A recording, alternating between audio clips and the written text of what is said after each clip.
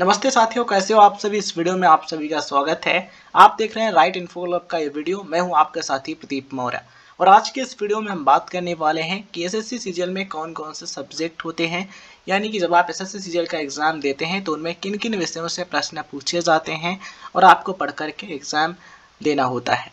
तो आइए जानते हैं इस वीडियो में। अगर आप जानना चाहते हैं एंड तक बने रहिए, सारी चीज़ें आपको बेहतरीन तरीके से बताने का प्रयास करेंगे।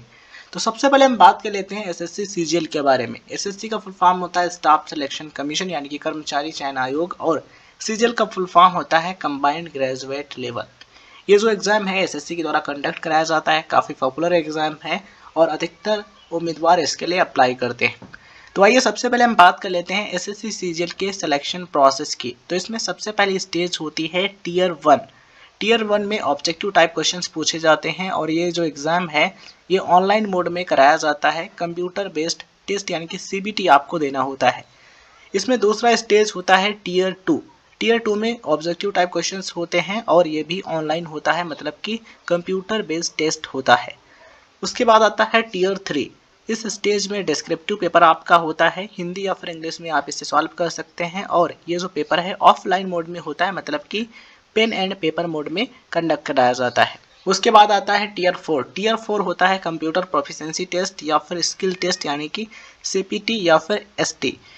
ये जो टेस्ट होता है ये सभी पोस्ट के लिए नहीं होता है। जिन पोस्ट में कंप्यूटर प्रोफिशिएंसी टेस्ट या फिर स्किल टेस्ट की ज़रूरत होती है उनके लिए ये केवल होता है, सभी पोस्ट के लिए टीयर 4 नहीं कराया जाता है। तो इस चीज़ का आप ध्यान रखिएगा। इसके अलावा उसके बाद आपका होता है डॉक्यूमेंट वेरिफिकेशन। डॉक्यूमेंट वेरिफिकेशन जो है ये सभी पोस्ट के लिए होता है। उसके बाद आपका फाइनली सिलेक्शन होता है। तो आइए सबसे पहले हम बात करते हैं एसएससी सीजीएल टीयर 1 के सब्जेक्ट के बारे में। इसके अलावा साथियों हम आपको ये भी बताएंगे कि किस सब्जेक्ट से कितने क्वेश्चंस पूछे जाते हैं और कितने मार्क्स के होते हैं और पेपर के लिए आपको कितना टाइम मिलता है। तो बने रहिए इस वीडियो के एंड तक, काफ़ी इन्फॉर्मेशन आपको इस वीडियो से मिलेगी। टीयर 1 में आपको इन सभी विषयों से प्रश्न देखने को मिलते हैं एग्जाम में। कौन कौन से? जनरल इंटेलिजेंस एंड रीजनिंग, इसके अलावा general awareness, quantitative aptitude, English comprehension. Tier 1 जो होता है इनमें इन सभी विषयों से प्रश्न पूछे जाते हैं। अगर हम बात करें कितने प्रश्न पूछे जाते हैं तो टोटल पूछे जाते हैं 100, यानी कि 100 क्वेश्चंस पूछे जाते हैं और प्रत्येक सब्जेक्ट से 25-25 क्वेश्चंस यानी कि 25 क्वेश्चंस पूछे जाते हैं हर एक सेक्शन से, हर एक सब्जेक्ट से। अगर हम बात करें टोटल मार्क्स कितने होते हैं, टोटल मार्क्स होते हैं इसके 200 और प्रत्येक सब्जेक्ट के लिए होते हैं 50, यानी कि 50।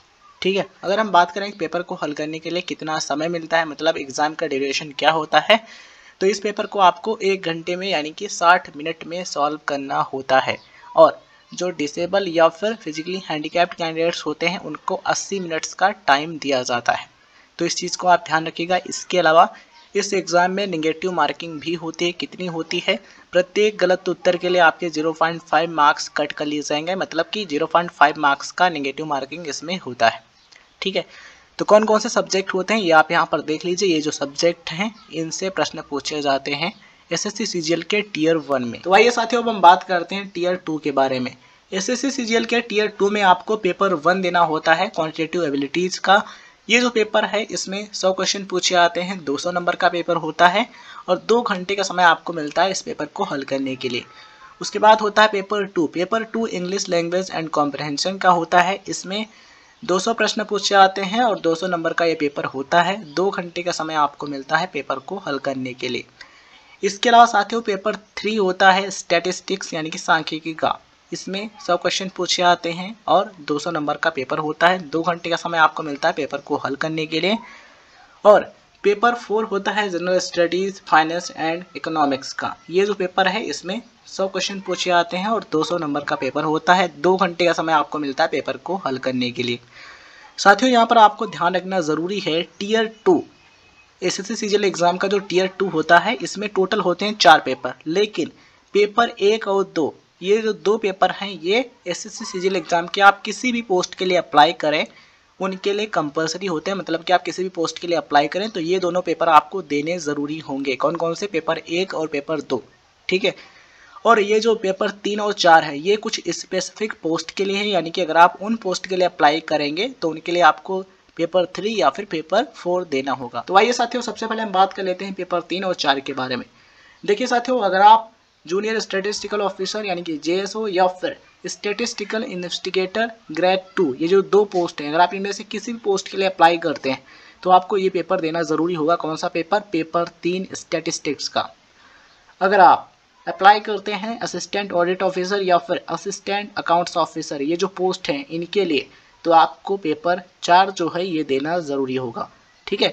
वैसे अगर आप किसी अदर पोस्ट के लिए अप्लाई करते हैं तो आपको इसके जो 2 पेपर हैं, कौन कौन से? पेपर 1 और 2, ये क्वांटिटेटिव एबिलिटीज़ का और ये इंग्लिश लैंग्वेज एंड कॉम्प्रिहेंशन का, ये देने ज़रूरी होंगे। बट यहाँ पर जो हमने आपको पोस्ट बताए हैं ये वाले, उनके लिए पेपर 3 भी देना होगा। और अगर आप असिस्टेंट ऑडिट ऑफिसर या फिर असिस्टेंट अकाउंट्स ऑफिसर, ये जो पोस्ट हैं इनके लिए अप्लाई करते हैं तो आपको ये जो शुरुआत के 2 पेपर हैं, कौन कौन से? पेपर 1 और 2, ये देने होंगे। साथ में आपको ये जो चौथा पेपर है ये भी देना होगा।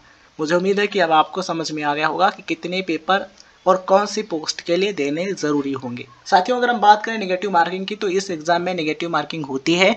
इसमें जो इंग्लिश लैंग्वेज एंड कॉम्प्रिहेंशन का जो पेपर है, पेपर 2, इसके लिए नेगेटिव मार्किंग होती है 0.25 मार्क्स की। और ये जो अदर पेपर है, कौन कौन से? पेपर 1, 3 एंड 4, इनके लिए नेगेटिव मार्किंग होता है 0.5 मार्क्स का।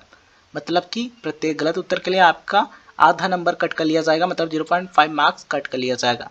मुझे उम्मीद है कि इन चीज़ों को भी आप बेहतरीन तरीके से समझ पा रहे होंगे। चलिए साथियों, अब हम बात करते हैं टीयर 3 के बारे में। टीयर 3 में जो एग्ज़ाम आपका है ये पेन एंड पेपर मोड में होता है, ये लिखने वाला होता है। इसमें आपको डिस्क्रिप्टिव टाइप पेपर देखने को मिलता है। साथियों, यहाँ पर ध्यान रखना ज़रूरी है कि ये जो पेपर है ये आपको हिंदी या फिर अंग्रेजी, मतलब कि किसी एक भाषा में सॉल्व करना होगा। अगर आप ऐसा करते हैं, कैसा? हिंदी और अंग्रेजी दोनों भाषाओं में लिखते हैं, मतलब कि दोनों लैंग्वेजेस में लिखते हैं, तो ऐसे में आपको 0 नंबर मिलेगा। इसलिए ध्यान रखिएगा, आप अपने हिसाब से किसी भी एक लैंग्वेज में पेपर का आंसर आप दीजिएगा, पेपर को हल कीजिएगा। 100 नंबर का पेपर होता है, इसके लिए आपको 1 घंटे का समय दिया जाता है। और जो फिजिकली हैंडीकैप्ड कैंडिडेट्स होते हैं उनको 1 घंटा 20 मिनट का समय दिया जाता है। मुझे उम्मीद है कि इन चीज़ों को आप बेहतरीन तरीके से समझ पा रहे होंगे। चलिए साथियों, अब हम बात करते हैं नेक्स्ट है टीयर 4। टीयर 4 होता है स्किल टेस्ट। इसमें कंप्यूटर प्रोफिशिएंसी टेस्ट यानी कि CPT and data entry speed test यानी कि DST होता है। ठीक है। उसके बारे में अगर आप जानकारी चाहते हैं तो आप क्या कीजिए, आप ऑफिशियल नोटिफिकेशन डाउनलोड कर लीजिएगा, इसको पढ़ लीजिएगा, इसमें डिटेल से चीज़ें बताई गई हैं। साथियों, यहाँ पर आपको ध्यान रखना ज़रूरी है कि ये जो स्किल टेस्ट है ये सभी पोस्ट के लिए नहीं होता है, कुछ पोस्ट होती हैं उनके लिए ही होता है। तो आप देख लीजिएगा कि हम किस पोस्ट के लिए अप्लाई कर रहे हैं। आप जिस पोस्ट के लिए अप्लाई करें स्पेसिफिक उस पोस्ट के लिए क्या क्या चीज़ें हैं, मतलब कि कौन कौन से टीयर आपको देने होंगे, आप इसके बारे में जानकारी ज़रूर कर लीजिएगा, उस हिसाब से आप तैयारी कीजिएगा। मुझे उम्मीद है ये जानकारी आपके लिए काफ़ी हेल्पफुल रही होगी। साथियों, ये वीडियो जानकारी आपको पसंद आई हो तो इस वीडियो को लाइक कीजिए, शेयर कीजिए, और चैनल पर नए हैं तो सब्सक्राइब करने के बाद नोटिफिकेशन बेल ऑन कर लीजिएगा, जिससे आपको right info club YouTube channel के वीडियोज़ का नोटिफिकेशन मिलता रहे, आप हर एक वीडियो को देख पाएँ। तो चलिए साथियों, इस वीडियो का एंड करते हैं, मिलते हैं किसी नए वीडियो में। आप अपना ख्याल रखिए, मेहनत करते रहिए, प्रयास करते रहिए। अगर आप लगातार प्रयत्न करते रहेंगे तो निश्चित ही आपको एक ना एक दिन सफलता जरूर मिलेगी। धन्यवाद साथियों, मिलते हैं किसी नए वीडियो में।